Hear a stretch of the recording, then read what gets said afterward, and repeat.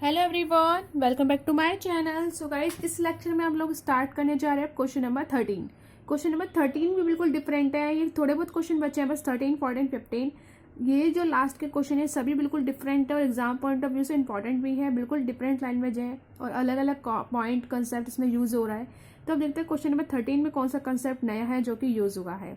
कह रहा है a firm has sales 6 lakh की सेल्स दे रखी है। वेरिएबल कॉस्ट की बनता है, ये भी गिवन है हमें 4,20,000। फिक्स कॉस्ट दे रखी है 80,000।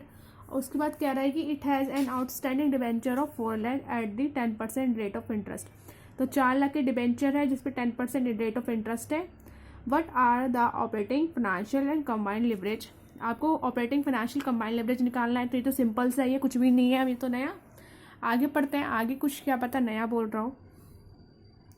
If the firm wants to increase its earning 2 times, अगर जो फर्म है वो इंक्रीज करना चाहती है, अपनी अर्निंग को दुगना बनाना चाहती है। अगर 1 लाख है तो 2 लाख चाहती है, 2 लाख है तो 4 लाख चाहती है, times of its present earning, मतलब EBIT, वही प्रॉफिट को बोल रहा है।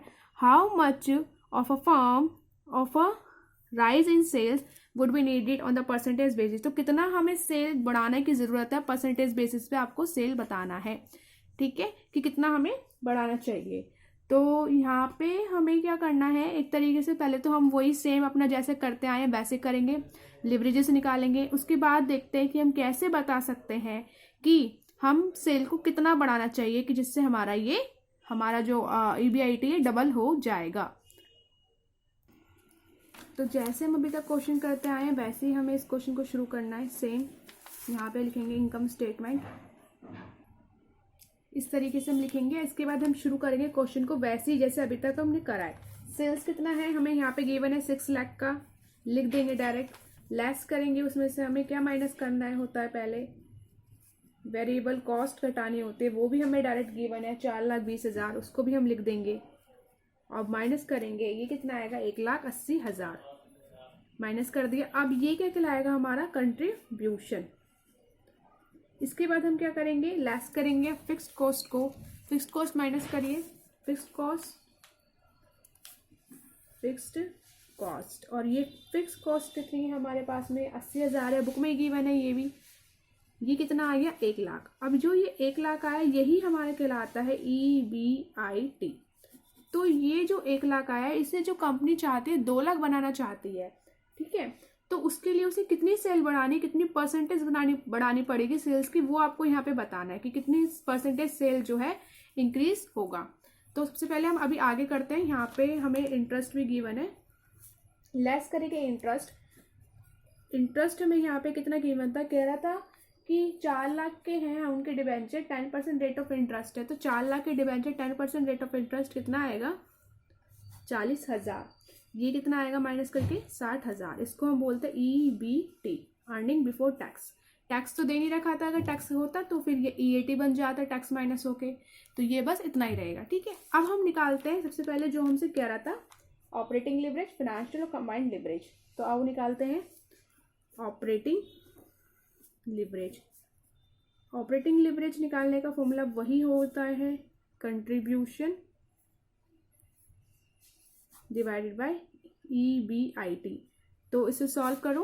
कंट्रीब्यूशन कितना था हमारा 1,80,000,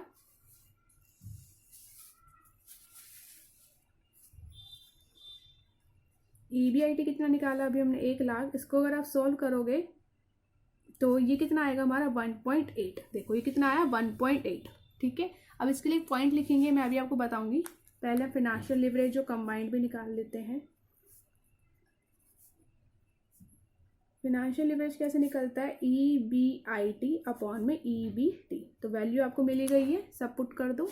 ये कितना आएगा EBIT 1 लाख आएगा, EBT अभी आपने निकाला 60,000 आया, कैंसिल कर दो, कितना बचेगा, ये आएगा 1.66। तो फाइनेंशियल लिवरेज कितना आ गया हमारा 1.66, ठीक है। इसके बाद हमें क्या निकालना है, थर्ड वाला कंबाइंड लिवरेज। तो हम यहाँ लिखेंगे, हेडिंग डालेंगे कंबाइंड लिवरेज।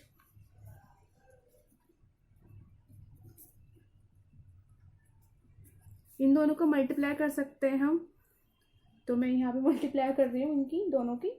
तो अगर आप मल्टीप्लाई करोगे तो 2.98 समथिंग आएगा। तो इसको मैंने आपको बताया था हम 3 भी बोल सकते हैं, क्योंकि पॉइंट के बाद अगर ये वाली डिजिट बड़ी होती है 5 या 5 से बड़ी होती है तो इसमें एक जोड़ दोगे, 9 जोड़ोगे तो 9 बनेगा, 10 0 यहाँ आएगा, 1 के लिए जाएगा 2, 1 हो जाएगा 3, तो 3 आ गया हमारा कंबाइंड लिवरेज। ठीक है, इतना तो सिंपल सा था, आप कर लोगे आसानी से। इसके बाद देखो, इसके बाद हमें क्या करना है, हम देखेंगे ऑपरेटिंग लिवरेज को। ऑपरेटिंग लिवरेज को क्यों देखेंगे, क्योंकि हमें यहाँ पे EBIT को फोकस करना है। EBIT मतलब होता है earning before interest and tax, एक तरीके से हमारे प्रॉफिट होता है। तो ऑपरेटिंग प्रॉफिट पे हमें फोकस करना है, क्योंकि कंपनी चाहती है वो अपनी सेल को किस तरीके से बढ़ाए कि जो उसका EBIT वो डबल हो जाए। तो ऑपरेटिंग प्रॉफिट पे फोकस करना है। ऑपरेटिंग प्रॉफिट कैसे आता है, ऑपरेटिंग लिवरेज से। तो यहाँ पे हमें इसके ऊपर फोकस करना है। ये कितना है, 1.8। देखो अब आप यहाँ पे पॉइंट लिखेंगे, और वो क्या है, हम यहाँ पे पॉइंट लिखेंगे ऑपरेटिंग लिवरेज इज 1.8 टाइम्स। जो ऑपरेटिंग लिवरेज है 1.8 आया निकल के, हाँ।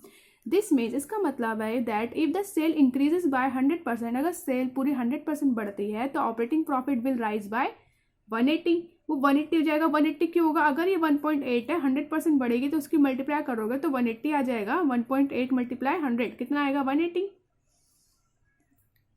हैंस मान रहा था इसलिए if the firm want to double its earning, अगर वो फर्म अपनी अर्निंग को डबल करना चाहती है, दुगना करना चाहती है, 1 है तो 2 बनाना चाहती है, 2 है तो 4 बनाना चाहती है, तो क्या करेगी वो, 100 डिवाइड बाय 180 इंटू में 100 मतलब परसेंटेज के लिए लगाया। आप इसको सॉल्व करोगे कितना आएगा, 55.55%।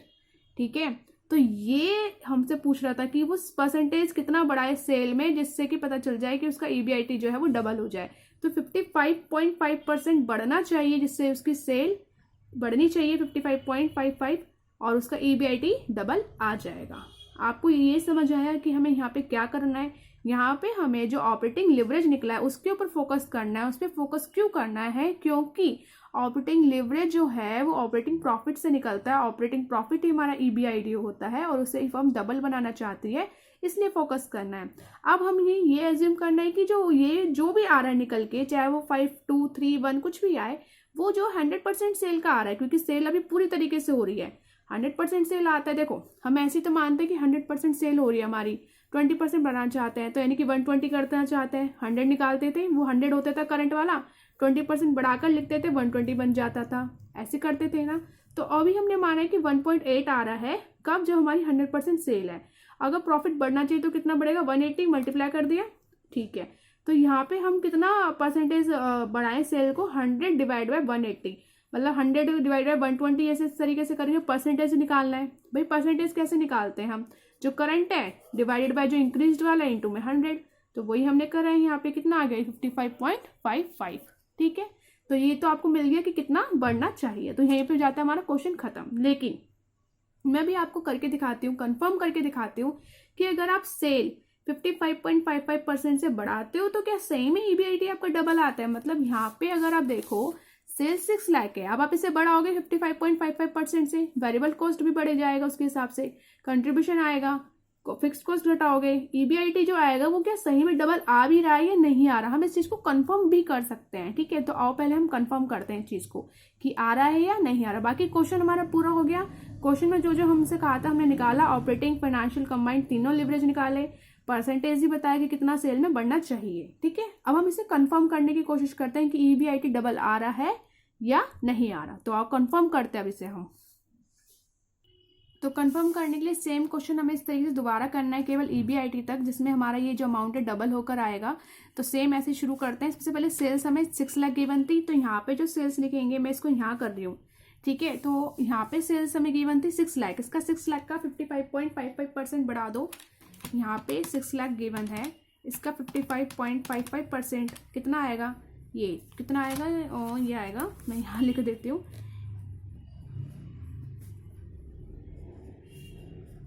ये आएगा। इसमें ये पुराना वाला सेल प्लस कर देंगे क्योंकि हमें बढ़ाना है सेल को। तो ये हो जाएगा टोटल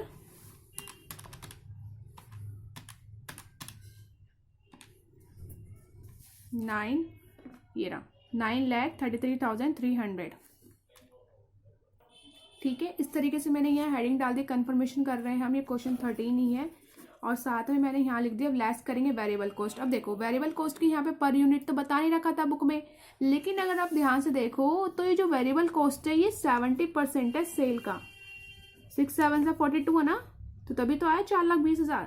तो यानी कि जो अब हमारी सेल ये आई है इसका हम 70% निकालेंगे तो हमारा वेरिएबल कॉस्ट निकल आएगा। तो इसका 70% आया है 6,53,000 6,53,310। ठीक है, इसको माइनस कर दो, माइनस करोगे तो आपको क्या मिल जाएगा, हमारा कंट्रीब्यूशन।